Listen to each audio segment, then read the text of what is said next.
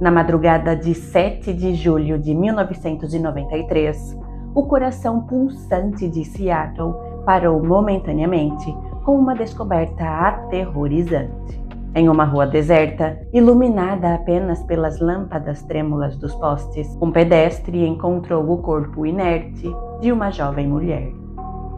O cenário era sombrio, as pistas eram escassas e a cidade que outrora vibrava com a energia do grunge, agora mergulhava em um mistério profundo e perturbador. Quem era aquela jovem? O que tinha acontecido naquela fatídica noite? E muito importante, quem tinha sido capaz de cometer tamanha crueldade? Assim, começa a sombria investigação do assassinato de Mia Zapata, uma talentosa musicista cuja voz poderosa e espírito indomável foram silenciados de maneira brutal. Felizmente, o verdadeiro responsável por tirar a vida de Mia foi identificado e capturado, o que aconteceu com o auxílio da genética forense.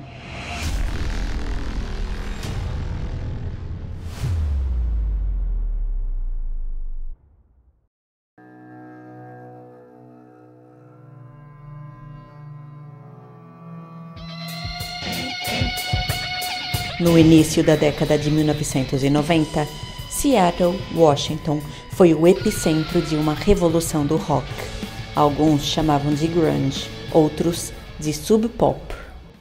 Aquela era uma música intensa, com uma pegada áspera que atraía milhares de pessoas para a região. Músicos mudavam-se para Seattle em busca de uma chance, enquanto fãs viajavam até lá para assistir os concertos e vivenciar a música ao vivo. Era comum as pessoas irem até um pequeno bar para ver bandas que muitos acreditavam ser a próxima grande revelação. Naqueles primeiros anos da década de 1990, havia muitas bandas emergentes, todas elas com um característico som grunge, e o epicentro dessa revolução musical era uma região próxima do centro de Seattle, conhecida como Capitol Hill. Ali, os aluguéis eram baratos, as drogas eram abundantes e a criminalidade estava em ascensão. Na sombria madrugada de 7 de julho de 1993, por volta das 3h20 da manhã, um pedestre, inadvertidamente, deparou-se com uma visão macabra em uma rua deserta da cidade. O corpo inerte de uma jovem mulher jazia no asfalto frio, envolto em uma morbidez inquietante. O transeunte, movido pelo instinto de sobrevivência e desespero, ajoelhou-se ao lado dela, tentando reanimá-la, o que foi em vão, pois a jovem mulher já estava sem vida. O calor ainda emanava de seu corpo, sugerindo que a vida a tinha abandonado apenas alguns minutos antes. A rua silenciosa tornou-se, por um breve e horrível momento, no palco de uma tragédia recém-perpetrada, onde a luta entre a vida e a morte tinha terminado de forma brutal. A vítima era uma jovem sem identificação, estrangulada com o cordão de um moletom que tinha o nome de uma banda local, The Gits, e a localização do corpo sugeria uma possível ligação religiosa com o crime. De um lado da rua havia uma igreja católica e do outro um centro de serviços comunitários também católico. Ela estava deitada de costas, com os pés juntos e os braços abertos, como se estivesse em uma espécie de crucificação. O corpo da mulher não identificada foi enviado ao necrotério e na sala de autópsias ela foi submetida a uma análise pós-mortem. E quando o médico legista entrou na sala, algo inesperado aconteceu. O médico a reconheceu. Ele gostava de frequentar clubes e de ouvir música independente. Por essa razão, ele próprio foi capaz de identificar a vítima. Mia Catherine Zapata nasceu no dia 25 de agosto de 1965 em Chicago, Illinois. Mia sempre foi conhecida por sua energia vibrante e sua voz potente. Apaixonada por música, em 1986, então com 21 anos de idade, ela decidiu se unir com seus amigos e formar uma banda punk grunge, a qual eles chamaram de The Gits. 3 anos depois, em 1989, em busca de novas oportunidades e movidos pelo crescente fenômeno grunge, os integrantes da banda mudaram-se para Seattle, em Washington.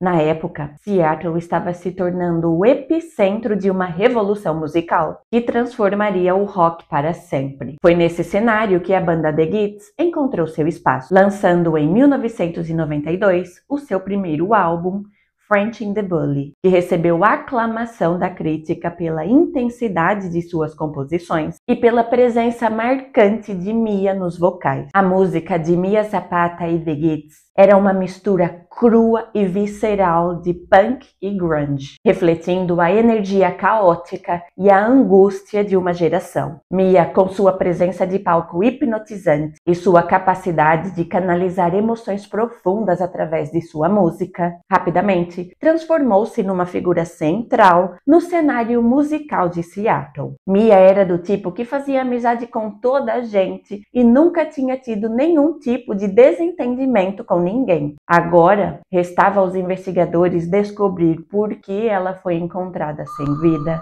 numa madrugada em uma rua deserta.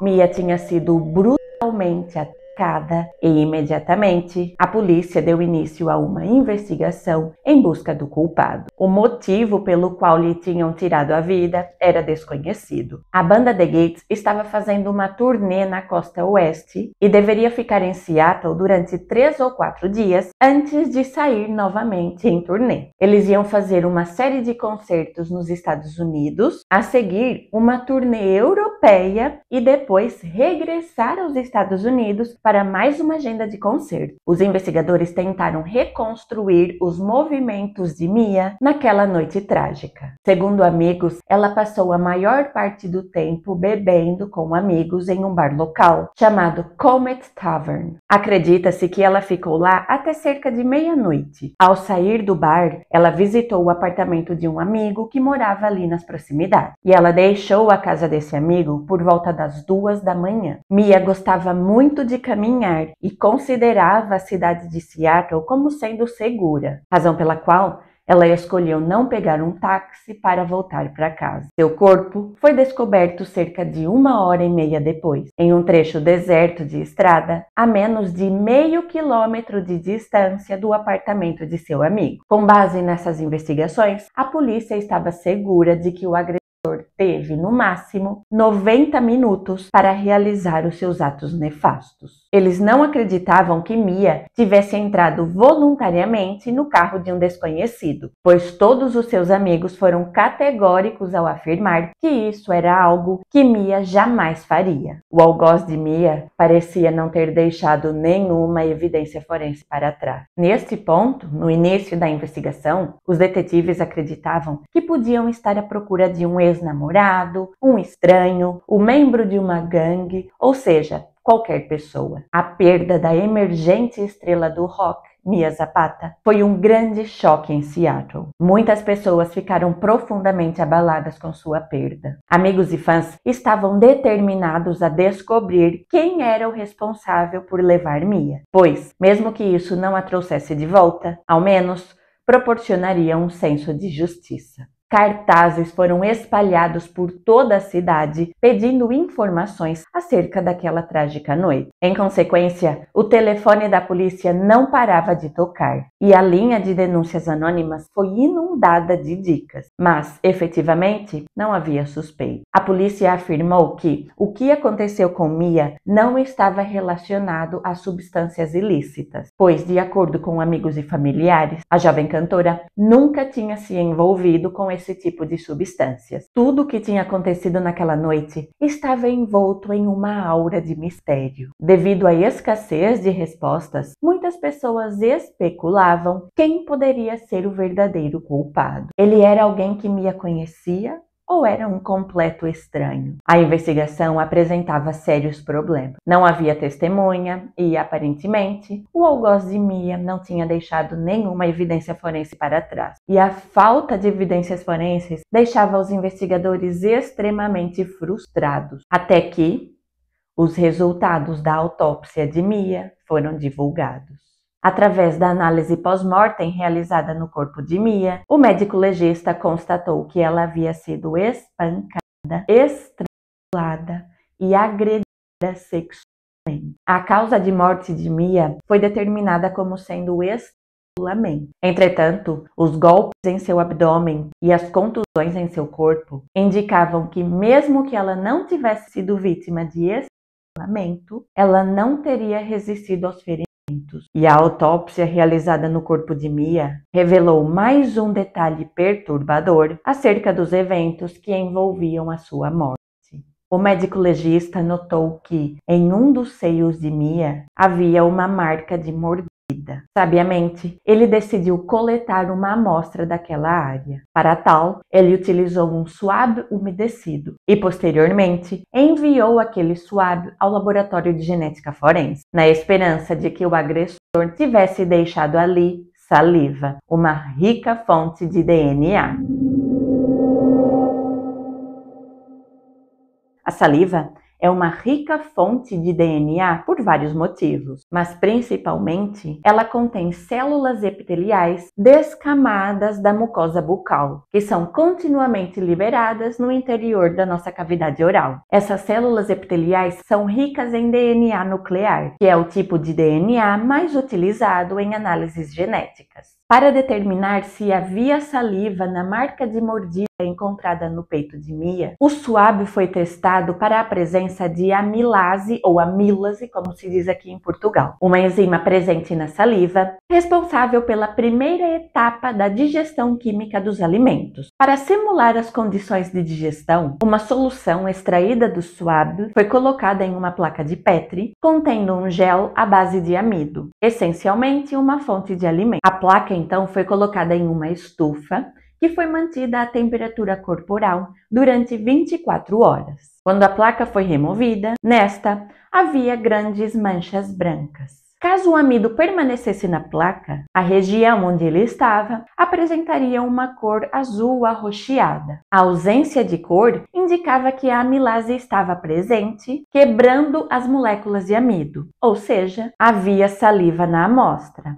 E, possivelmente, também havia células do epitélio da mucosa bucal, que continham o DNA do assassino. Mas a amostra era muito pequena, pequena demais para fornecer um perfil genético com as técnicas utilizadas em 1993. Os analistas então decidiram não arriscar, visto que aquela era a única amostra forense desse caso, e o swab foi então armazenado em um freezer. Sem a possibilidade de recorrer à análise de DNA, os investigadores arregaçaram as mangas e foram para as ruas, tentando encontrar alguma pista que os ajudasse a resolver o caso. Na busca por suspeitos, eles começaram entrevistando o ex-namorado de Mia, um rapaz chamado Robert. Os detetives descobriram que o relacionamento tinha terminado pouco antes da noite trágica. Algumas pessoas disseram que Mia estava chateada com o término. Havia boatos de que naquela noite ela podia estar em busca de Robert, tendo ido até o seu apartamento. Robert afirmou aos investigadores que, se ela tivesse passado pelo seu apartamento, ele não sabia de nada, pois naquela noite ele dormiu fora de casa. E o álibi de Robert foi posteriormente confirmado por amigos e testemunhas. Além disso, ele foi extremamente cooperativo com os policiais, sempre comparecendo na delegacia quando solicitado e até mesmo aceitando se submeter de forma voluntária a um teste do polígrafo que indicou que ele não estava mentindo. Além de seu comportamento prestativo e amigável, o seu álibi era sólido, corroborado por diversas pessoas, e ele então foi excluído da lista de suspeitos. Os investigadores não conseguiram encontrar ninguém com motivo para tirar a vida de Mia Zapata, mesmo com seu círculo de amigos e conhecidos sendo bastante amplo. Mia tinha um grupo diversificado de amigos, muitos com históricos criminais e alguns com passados violentos. E também havia algumas pessoas que eram efetivamente obcecadas por ela. No entanto, essa linha de investigação não levou a novos suspeitos. Os policiais tinham chegado a um ponto no qual parecia que não havia mais ninguém para ser investigado. E isso gerou muita frustração, pois o caso continuava sem solução. Steve Moriarty, o baterista dos The Gates e amigo de Mia desde a faculdade, decidiu, junto com os outros membros da banda, assumir um papel mais ativo na investigação. Steve e os outros membros da banda decidiram contratar um investigador particular. Eles não tinham dinheiro, mas isso era o de menos. Eles acabariam encontrando uma forma de consegui-lo. O que eles mais queriam naquele momento era que a justiça por Mia fosse feita. Os membros da banda contrataram um detetive particular, que começou reentrevistando todas as pessoas com quem a polícia já tinha falado. Não havia testemunhas oculares, mas o detetive tentou de tudo. Saiu à noite com um parceiro, conversou com todas as prostitutas da área para ver se alguém sabia de algo e falou com todos os moradores daquele bairro. Algumas pessoas viram um carro que eles não conheciam passando no local, mas ninguém conseguiu identificar o veículo nem quem estava dentro dele. Eventualmente, o investigador particular chegou às mesmas conclusões que a polícia. Ele disse que, assim como a maioria das pessoas, ele pensou que este caso ficaria sem solução para sempre. Ele sabia que a única maneira de resolvê-lo seria se alguém falasse ou se fosse possível conseguir uma evidência de DNA. Como nenhuma testemunha ou evidência surgiu, o caso esfriou e 9 anos se passariam até que um avanço na genética revolucionou a forma como as análises são realizadas.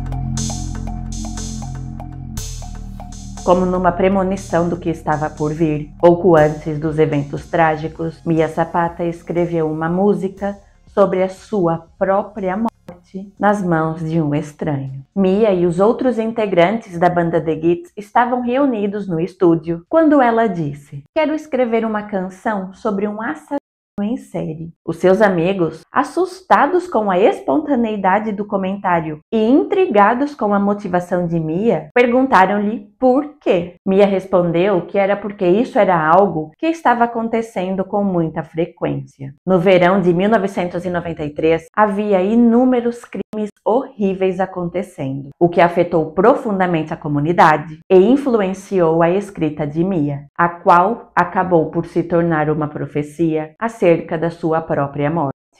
A música chamava Sign of the Crab, algo como signo de caranguejo ou signo de câncer no Brasil. E as palavras eram assustadoramente semelhantes à forma como a vida de Mia foi tirada. Na música, Mia diz: "As coisas que você tenta fazer nunca deixam de me surpreender.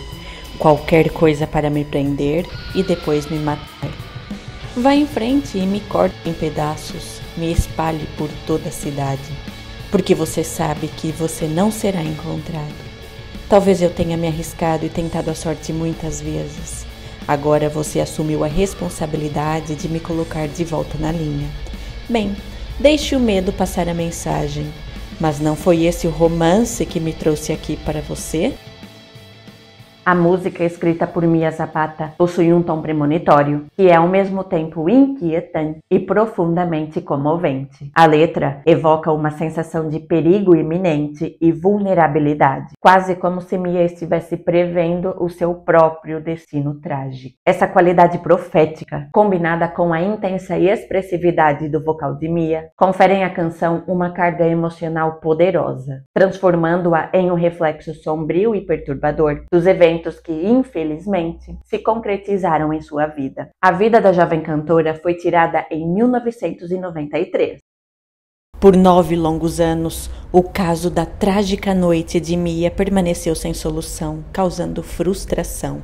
À medida que os dias, meses e anos passavam, os amigos e familiares de Mia estavam perdendo cada vez mais a esperança de que a investigação seria solucionada. A vida da jovem cantora foi tirada em 1993 E nesse mesmo ano, algo revolucionário aconteceu. Kary Mullis ganhou o Prêmio Nobel de Química por desenvolver uma técnica conhecida como reação em cadeia da polimerase, ou PCR. Essa técnica tornou possível realizar testes de DNA em amostras que contêm pouquíssima quantidade de material genético. Com a PCR, é possível amplificar pequenas quantidades de DNA até que a quantidade de material genético presente na amostra se torne grande o suficiente para ser detectada e analisada. Aqui no canal eu já fiz um vídeo no qual eu falo sobre a reação de PCR de forma mais detalhada. Eu vou deixar o link desse vídeo aqui no comentário fixado. No caso de Mia Zapata, a amostra forense colhida era tão pequena que os analistas, temendo destruí-la, esperaram até que o processo de PCR fosse suficientemente refinado e fosse possível utilizar quantidades de DNA muito pequenas em uma análise. Em 2001, o swab colhido pós-mortem do corpo de Mia e que podia conter o DNA de seu agressor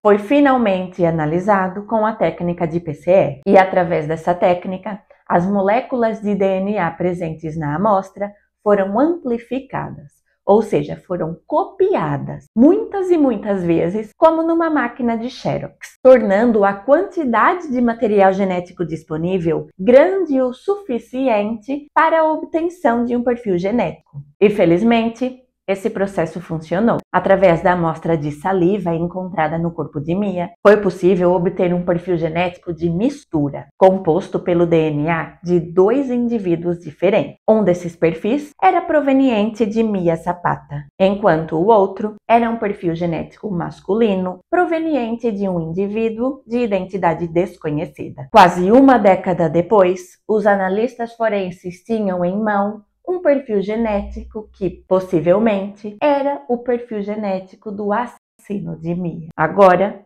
restava identificá-lo. O perfil genético foi inserido na base de dados dos Estados Unidos, projetada para armazenar os perfis genéticos de criminosos condenados, mas, infelizmente, não houve correspondência.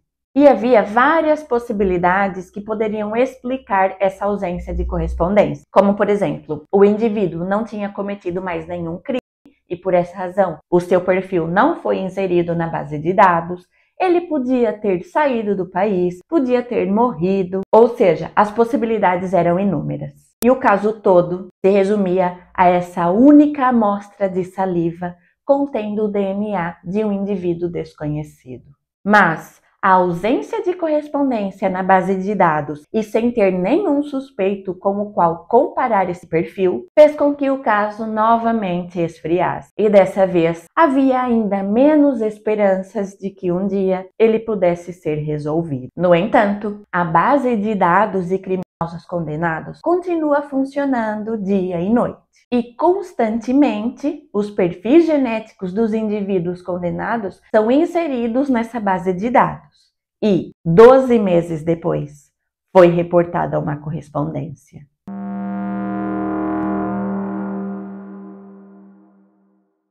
O perfil genético encontrado no corpo de Mia correspondia ao de Jesus Mesquia, um exilado cubano que estava vivendo na Flórida e que estava ligado a crimes violentos.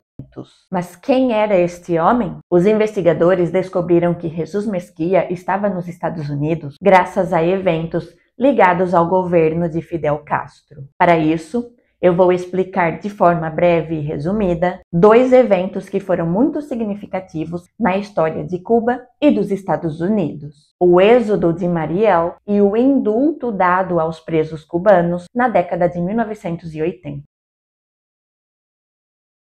O êxodo de Mariel ocorreu em 1980, quando aproximadamente 125 mil cubanos deixaram Cuba rumo aos Estados Unidos. Esse evento foi desencadeado por uma série de fatores políticos e econômicos, como, por exemplo, o fato de que, no final da década de 1970 e início dos anos 1980, Cuba enfrentava dificuldades econômicas severas, escassez de bens essenciais e repressão política. E assim, houve uma emigração em massa de cubanos que partiam do porto de Mariel, em Cuba, rumo aos Estados Unidos. Durante o êxodo de Marielle, o governo cubano aproveitou a oportunidade para liberar presos e enviá-los aos Estados Unidos junto com outros emigrantes. Isso incluiu tanto criminosos políticos como outros tipos de criminosos, incluindo indivíduos condenados por crimes graves. Isso foi uma tática deliberada de Fidel Castro para aliviar a pressão sobre o sistema penitenciário cubano e, ao mesmo tempo, causar problemas para os Estados Unidos. E Jesus Mesquia foi um desses criminosos expulsos de Cuba e enviados para os Estados Unidos. Jesus Mesquia não viu essa mudança de país como uma chance de recomeçar e fazer as coisas de forma certa. Muito pelo contrário. Ele tinha um histórico criminal na Flórida e no Arizona. Os investigadores de Seattle decidiram interrogar Mesquia, que estava fora da prisão em liberdade condicional. Seu último endereço conhecido era em Marathon, na Flórida, e a polícia local informou aos seus colegas de Seattle que não perderiam Mesquia de vista. E os Marshals começaram a monitorizar Mesquia de perto. Aqui no canal tem um outro vídeo sobre uma investigação que envolveu os Marshals, e eu vou deixar o link desse vídeo aqui no primeiro comentário fixado. No entanto, quando os investigadores de Seattle chegaram à Flórida, Jesus Mesquia havia desaparecido. Por quase uma década, a trágica noite de Mia Zapata permaneceu um mistério, até que, através de uma amostra de saliva encontrada no corpo de Mia, foi obtido um perfil genético que correspondeu ao perfil depositado na base de dados de criminosos. Ele era Jesus Mesquia, então com 48 anos de idade. Quando a polícia de Seattle foi à Flórida para questioná-lo, ele havia desaparecido. Quando finalmente chegaram à sua casa em Marathon, ele não estava lá. A paranoia tomou conta dos investigadores, que estavam crentes de que Mesquia estava os despistando e queria inevitavelmente escapar. Mas, alguns dias depois, Mesquia retornou à casa. Ele estava trabalhando temporariamente em um barco de pesca em Miami. Os investigadores de Seattle o abordaram e perguntaram se ele estaria disposto a responder algumas perguntas. E Mesquia concordou, sem perceber que estava caindo em uma armadilha. Na delegacia, os investigadores apresentaram 5 fotos de diferentes mulheres, incluindo a foto de Mia Zapata. E Mesquia disse que não reconhecia nenhuma daquelas mulheres. Então, um dos investigadores perguntou: "E se eu te dissesse que você matou uma dessas mulheres?" E ele respondeu: "Não, não matei", levantando-se e estendendo as suas mãos, dizendo: "Olha, eu nem estou tremendo." Os investigadores estavam extremamente tensos, pois, se Mesquia dissesse que conhecia Mia Zapata ou que tinha passado algum tempo com ela, isso poderia fornecer uma explicação plausível para a presença de sua saliva que tinha sido encontrada no corpo de Mia. Mas, quando ele disse não, ele selou o seu destino. Mesquia negou conhecer Mia Zapata, negou tê-la visto ou ter tido qualquer envolvimento com ela. No entanto, a saliva dele estava no corpo de Mia, o que podia ser interpretado como um sinal de sua culpa.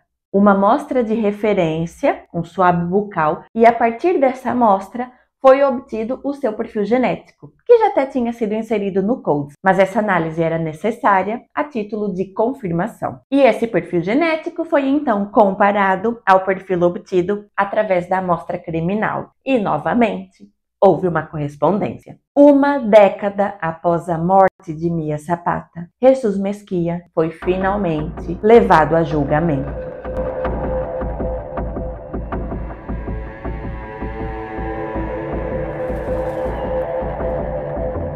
Os investigadores descobriram que Jesus Mesquia havia morado em Seattle a apenas 3 quarteirões do local onde Mia tinha sido encontrada. E agora mais um acontecimento muito importante para essa investigação.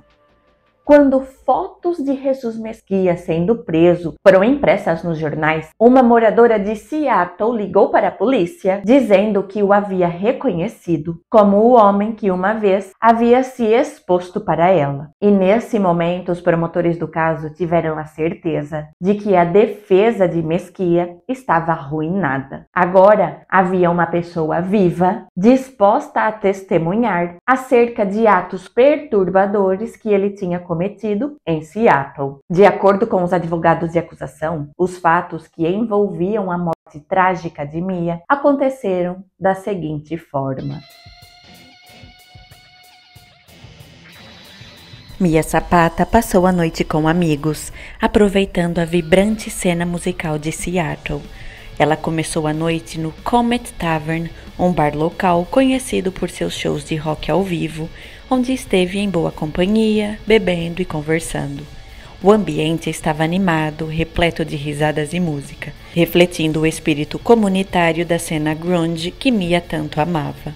Por volta da meia-noite, Mia deixou o Comet Tavern e seguiu para o apartamento de um amigo próximo, onde continuaram a conversar e a desfrutar da companhia um do outro. Aquela era uma reunião íntima e tranquila, típica de amigos que compartilhavam uma conexão profunda através da música.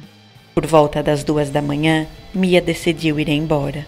Como de costume, optou por caminhar, apreciando a tranquilidade das ruas de Seattle durante a madrugada. Com seu Walkman nos ouvidos, imersa na música, ela começou sua curta jornada de volta para casa, alheia ao perigo que se aproximava. Pouco tempo depois, Jesus Mesquia, que estava vagando pelas ruas, avistou Mia e, aproveitando-se de sua distração, agarrou-a e colocou-a dentro de seu carro. Mesquia levou Mia até um local deserto, onde ele a atacou brutalmente. Ele a mordeu e deixou saliva em seu corpo antes de estrangulá-la. Ele então abandonou Mia em uma rua deserta, a poucos quarteirões de onde ele vivia. Os investigadores não acreditam que a localização tivesse algum significado especial. Ele simplesmente abriu a porta de seu carro, agarrou-a e atirou-a para fora. Em 2004, 11 anos após a trágica noite de Mia Zapata, Jesus Mesquia foi julgado pelo seu assassinato. Ele foi considerado culpado e sentenciado a cumprir uma pena de 36 anos de prisão. Nesse caso, a justiça foi feita graças ao médico legista atento, que preservou uma amostra que possivelmente continha o DNA do agressor, mesmo que naquela altura a amostra não pudesse ser analisada. Um dos investigadores do caso disse: "Graças a Deus, o médico legista guardou a única evidência forense existente nesse caso. Levou mais de uma década, mas aquela pequena peça de evidência e a análise de DNA finalmente nos proporcionaram a chance de identificar o criminoso."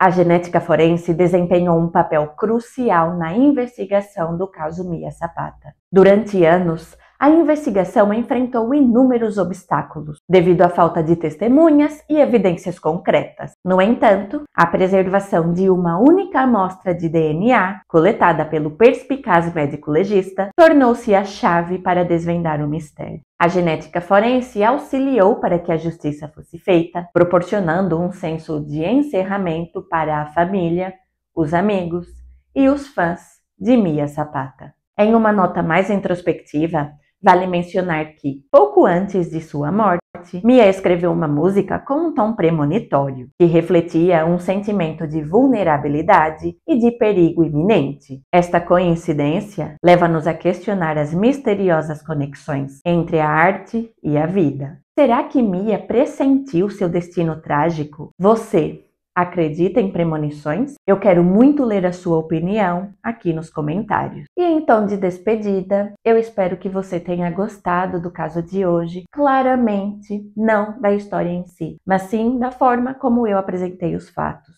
Caso você tenha gostado, peço que suporte o meu trabalho deixando aqui o seu like. Inscreva-se no canal e ative o sininho, pois assim você vai ser notificado todas as vezes que eu postar um vídeo novo por aqui. Caso você tenha interesse e também a possibilidade, considere se tornar um membro do canal. Assim, você vai ter acesso antecipado a todo o conteúdo que eu posto por aqui, também vai ter acesso às imagens das evidências dos casos, além de outras vantagens. Para você que chegou até aqui no fim do vídeo, eu deixo o meu mais sincero agradecimento. Muito obrigada, um grande abraço e eu te vejo aqui no próximo sábado.